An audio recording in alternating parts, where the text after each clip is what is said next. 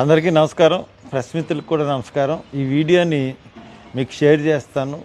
అంటే press meet పెట్టాలి, కానీ ప్రెస్ మీట్ పెట్టడానికి కొన్ని పరిస్థితులు అనుకూలించలేదు. అందుకని ఈ వీడియో మీకు పంపిస్తాను. ఇది ప్రెస్ మీట్గా భావించి రిలీజ్ చేయమని కోరుతా ఉన్నాను. ముఖ్యంగా నిన్న చంద్రబాబు నాయుడు గారు ఒక స్టేట్మెంట్ ఇచ్చారు. నేను ఏమీ చేయలేకపోతున్నాను, రాష్ట్ర ఆర్థిక పరిస్థితి దృష్ట్యా అది మీ ముందుకి తేవాలనుకుంటున్నాను. నేను ఇప్పుడున్న పరిస్థితుల్లో ఏ స్కీమ్ కూడా చేయలేమని చేతులు ఎత్తేసాడు. నేను ఒకటే అడుగుతున్నాను, చంద్రబాబు నాయుడు గారు, మీరు ఇంచుమించు 9 సంవత్సరాల తర్వాత 5, 14, 15 సంవత్సరాల నుంచి ముఖ్యమంత్రిగా ఉన్నారు. మీరు అధికారంలోకి రావడానికి దొంగ హామీలు ఇవ్వడం అన్నది చాలా పరిపాటిగా మారిపోయింది. మనం రాష్ట్రం విడిపోయినప్పుడు మీరు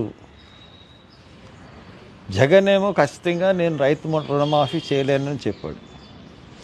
నేను రైతు రుణమాఫీ చేస్తానని చెప్పడం వల్ల ఆ ఒక్క కారణంతో మీరు ముఖ్యమంత్రి అయ్యారు 2014లో. అయిన తర్వాత ఆ 2014లో మీరు కేంద్రంతో పొత్తు అన్నారు. కేంద్రం అబ్సల్యూట్లీ ఫెయిల్డ్ ముఖ్యమంత్రి 2014 నుంచి 19 వరకు. ఎందుకు నేను చెప్తున్నానంటే ఈ విషయం, that is the peak time of the all the programmes. ఎందుకంటే ప్రత్యేక హోదా కాంగ్రెస్, ప్రైమ్ మినిస్టర్, బీజేపీ అందరూ ప్రామిస్ చేశారు పార్లమెంట్లో. దాన్ని సాధించడంలో విఫలమయ్యారు. రైల్వే జోన్ సాధించడంలో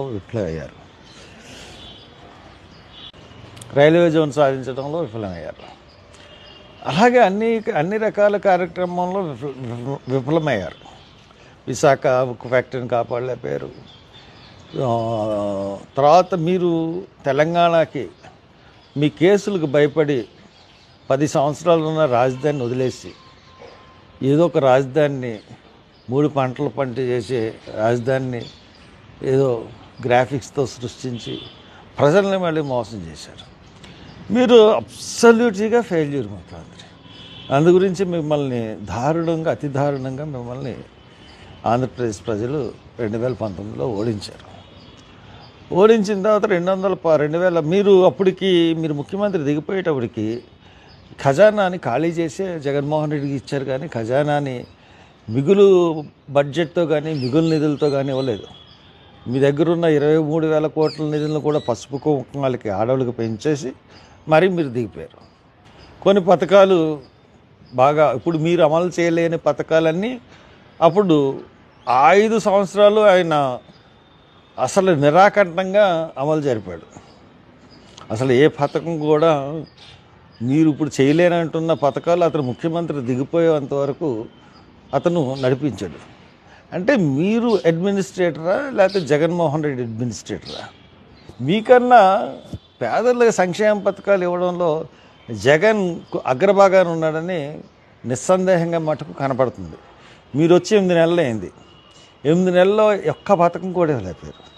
స్కాలర్షిప్లు ఇవ్వలేదు, నిరుద్యోగ భృతి ఇవ్వలేదు, అంగన్వాడీకి ఏం చేయలేదు, తర్వాత ఆశా వర్కర్లకు ఏం చేయలేదు, తర్వాత మీరు ఇస్తాన్న సూపర్ 6 హామీలు, ఉచిత బస్సు, అన్నీ ఎవ్రీథింగ్, తల్లి వందనం, అప్పుడు దాకా నడుస్తున్న తల్లి పెన్షన్లు, అంటే 18 to 50 years లేడీస్కి మీరు ప్రతి నెల 1,500 ఇస్తా అన్నారు. అది లేదు. 10 సంవత్సరం 1,500 ఇస్తా అన్నారు. అది లేదు. ఎవ్రీథింగ్. అసలు ఒక్క పథకం కూడా ఇవ్వలేని అసమర్థ చేతకాని ముఖ్యమంత్రిగా చరిత్రలో నిలిచిపోతున్నారు. ఇంత అసమర్థ ముఖ్యమంత్రిని ఇప్పటి వరకు మేము చూడలేదు. మీరు పైగా ఆర్థిక పరిస్థితి, మీరు ఇప్పుడు ప్రతిపక్షంలో ఉన్నప్పుడు మీరు రోజు చెప్తానే ఉన్నారు, ఇన్ని కోట్లు అప్పు చేసేసాడు, ఇంత ఆర్థిక పరిస్థితి ఉంది, ఇవన్నీ మీకు తెలుసు. ఇవన్నీ తెలిసే మళ్ళీ విపరీతమైన హామీలు ఇచ్చారు. విపరీతమైన హామీలు ఇచ్చి ఆ హామీలని హామీలు ఇచ్చేసి నెగ్గేసిన తర్వాత ఎగ్గొట్టేద్దాం.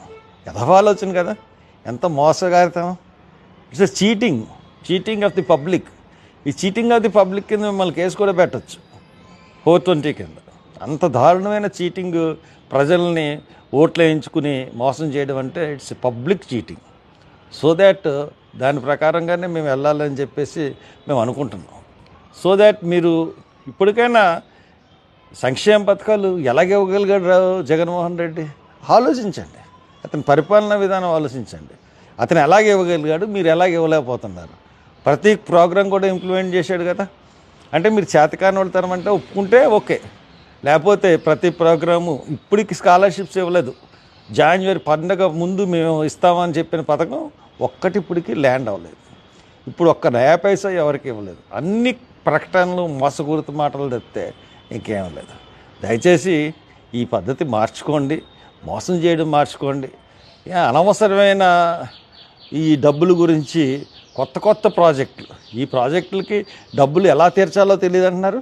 కొత్త ప్రాజెక్టులు అప్పు తీసుకొచ్చేయడానికి చూస్తున్నారు. మరి వాటిని ఎలా తీరుస్తారు? గోదావరి బనగానపల్లి కానీ, లేకపోతే పోలవరం కానీ, లేకపోతే ఈ రాజధాని ఎత్తిపోతల పథకం కానీ ఇవన్నీ ఎలా తీరుస్తారు? కానీ అప్పులు చేసేసేయాలి. అక్కడ కూడా మీ పెద్ద అప్పులు ప్రాజెక్టులకి, దానివల్ల వచ్చి లాభం లేదు, ఏమీ లేదు. సో మీరు మారండి చంద్రబాబు నాయుడు గారు.